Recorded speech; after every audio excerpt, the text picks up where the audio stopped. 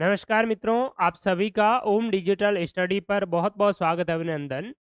आज के सेशन में हम राजस्थान कर्मचारी चयन बोर्ड का एक बहुत ही महत्वपूर्ण प्रेस नोट जारी किया है इन 10 एग्जामिनेशन के लिए, तो इस पर हम चर्चा करेंगे। ये प्रेस नोट आपने देखा भी होगा।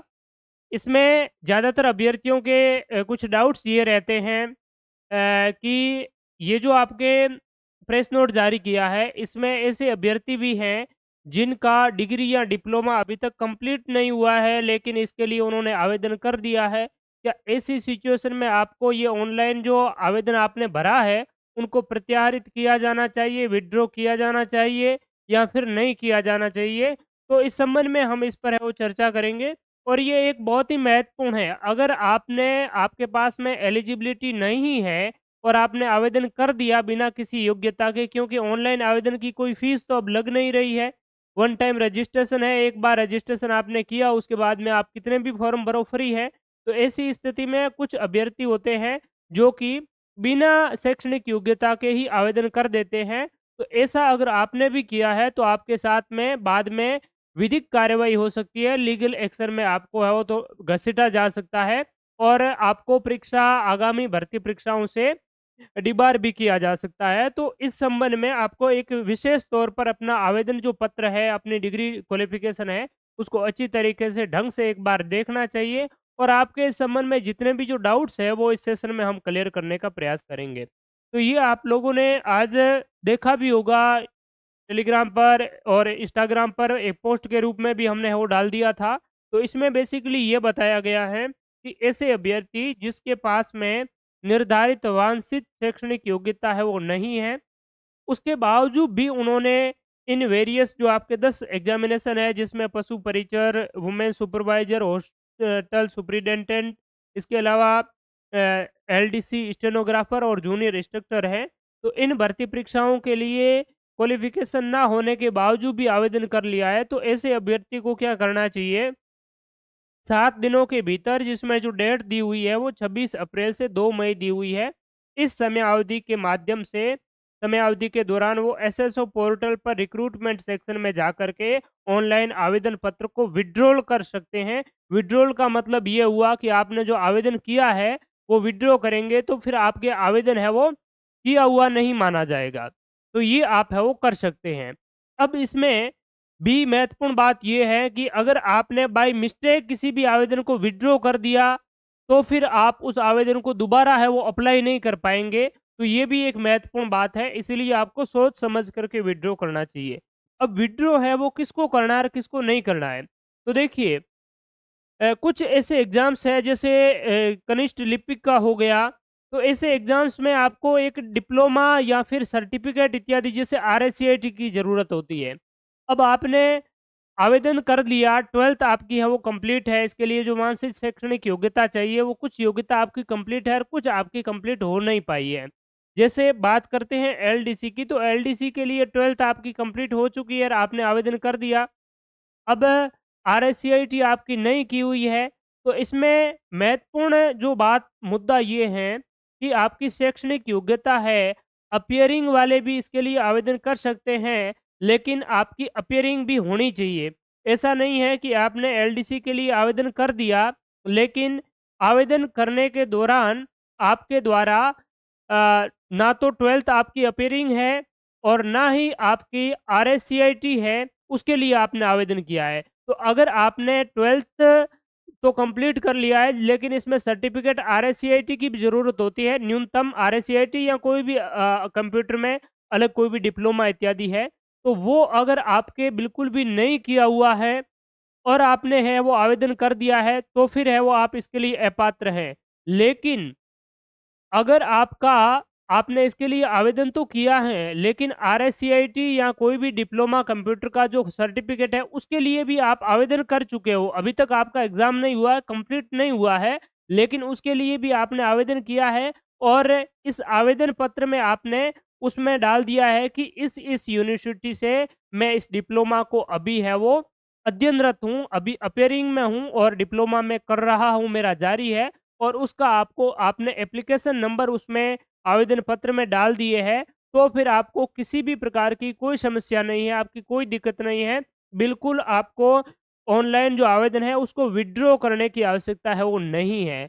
और अगर आपने 12th कर लिया और किसी कंप्यूटर का सर्टिफ़िकेट, डिग्री, डिप्लोमा आपके पास में नहीं है और ना ही आपने सर्टिफ़िकेट या डिग्री, डिप्लोमा का ऑनलाइन आवेदन करने से पहले उसके लिए आवेदन किया है। आपने उसके लिए आवेदन भी नहीं किया है और आपके पास में वो अवेलेबल ही नहीं है और यहाँ पर आपने है वो फ़ॉर्म है वो भर दिया कि मुझे एलडीसी का एग्ज़ाम है वो देना है।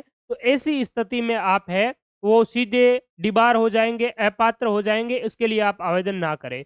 दूसरी बात है कि इसमें वैसे सीईटी की ज़रूरत पड़ती है। कुछ आपके सीईटी वाले जैसे एलडीसी का हो गया, हॉस्टल सुपरिटेंडेंट का हो गया, सुपरवाइज़र का हो गया, पशु परिचर में कोई सीईटी नहीं है। तो सीईटी वालों के लिए तो ऑलरेडी सीईटी के एप्लीकेशन नंबर आप डालेंगे तभी ऑनलाइन आवेदन फिल होगा, नहीं तो होगा ही नहीं। लेकिन कुछ पशु परिचर है, तो पशु परिचर में जो मिनिमम क्वालिफ़िकेशन माँगी गई है और उस क्वालिफ़िकेशन आपकी अपीयरिंग में नहीं है और आपने ऐसे ही सीईटी का है वो डाल दिया है, तो फिर आपकी समस्या हो सकती है। तो मेन बात यही है कि अगर आपकी अपीयरिंग में है, तो उसका भी आपको है वो एप्लीकेशन जो आपने आवेदन पत्र भरा था, उसमें आपको है वो सबूत देना होता है कि मेरी अभी चल रही है। और दूसरा कुछ अभ्यर्थी ये भी पूछ रहे हैं कि सर हमारा पहले जब आवेदन किया, उस टाइम तो डिग्री डिप्लोमा हमारा चल रहा था, अब उसका रिज़ल्ट आ गया है। अब हम उसका रोल नंबर उसमें फ़िल करना चाहते हैं, तो कैसे करें? तो रोल नंबर के लिए अभी आपके पास में कोई विकल्प नहीं है, क्योंकि अब जो है इस पोर्टल में पहले तो क्या होता था कि 2 बार आपको सुविधा दी जाती थी कि आप अपने ऑनलाइन एप्लीकेशन में है वो संशोधन है वो कर सकते हैं। एक तो कंप्लीट जो ऑनलाइन आवेदन भरे गए हैं, भरे जाने के बाद में आपको समय दिया जाता था, वो समय अभी भी मिल रहा है और एक समय आपको एग्ज़ाम हो जाता है, एग्ज़ाम के बाद में और एक बार समय दिया जाता है कि किसी भी प्रकार की कोई ऑनलाइन आवेदन में त्रुटि रह गई है, तो उसमें सुधार कर सकते हैं। पहले आप अपनी क्वालिफ़िकेशन में भी एडिट है वो कर सकते थे, लेकिन अब आप क्वालिफ़िकेशन में संशोधन है वो नहीं कर पाएँगे क्योंकि बहुत सारे जो अभ्यर्थी हैं वो डिग्रियों में फर्जीवाड़ा करने लग गए हैं। पहले जब ऑनलाइन आवेदन किया उस समय कुछ भी लिख दिया डिग्री में, रोल नंबर इत्यादि ऐसे ही डाल कर के भर दिया। उसके बाद में एग्ज़ाम हुआ तब तक उन्होंने फर्जी डिग्री इत्यादि ला दी और फिर दोबारा उसमें संशोधन करके फर्जी डिग्री वाली वो चीज़ें डाल दी। तो इसी चीज़ को ध्यान में रखते हुए कर्मचारी चयन बोर्ड ने ऑनलाइन एप्लीकेशन में बाद में जो संशोधन किए जा रहे हैं उसमें आपके डिग्री डिप्लोमा के संबंध में जो रोल नंबर इत्यादि है उसमें आप कोई संशोधन नहीं कर सकेंगे। अगर आपने अपीयरिंग के रूप में आवेदन किया है तो बाद में जैसे ही आपका डॉक्यूमेंट वेरिफिकेशन होगा उस टाइम आपको एक एफिडेविट शपथ पत्र देना होगा और उसमें सारी चीज़ें लिखनी होगी कि जब मैंने आवेदन किया उस दौरान मेरी ये डिग्री डिप्लोमा है, उसमें मैं अध्ययनरत था, मैंने आवेदन किया था, कंप्लीट नहीं हुआ था और अब क्योंकि ये एग्ज़ाम हो चुका है, इस एग्ज़ाम से पहले मेरा डिग्री डिप्लोमा है वो कंप्लीट हो चुका है, जिसका साक्ष्य मैं ये दे रहा हूँ। और इस संबंध में अगर मैंने कोई मेरे द्वारा किसी भी प्रकार की कोई हेरा-फेरी की हुई है या फिर मेरे द्वारा कोई ऐसी त्रुटि की गई हुई है, तो उसका पूरा ज़िम्मेदार है, वो मैं स्वयं होऊँगा। तो इस प्रकार से आपको एफ़िडेविट है वो देना होता है। ठीक है? तो मेन मुद्दे की बात यही है। बाकी किसी भी अभ्यर्थी को आवेदन विथड्रॉ करने की आवश्यकता नहीं है। आपने क्वालिफ़िकेशन नहीं थी और आपने आवेदन कर दिया है, तो आप विथड्रॉ करें।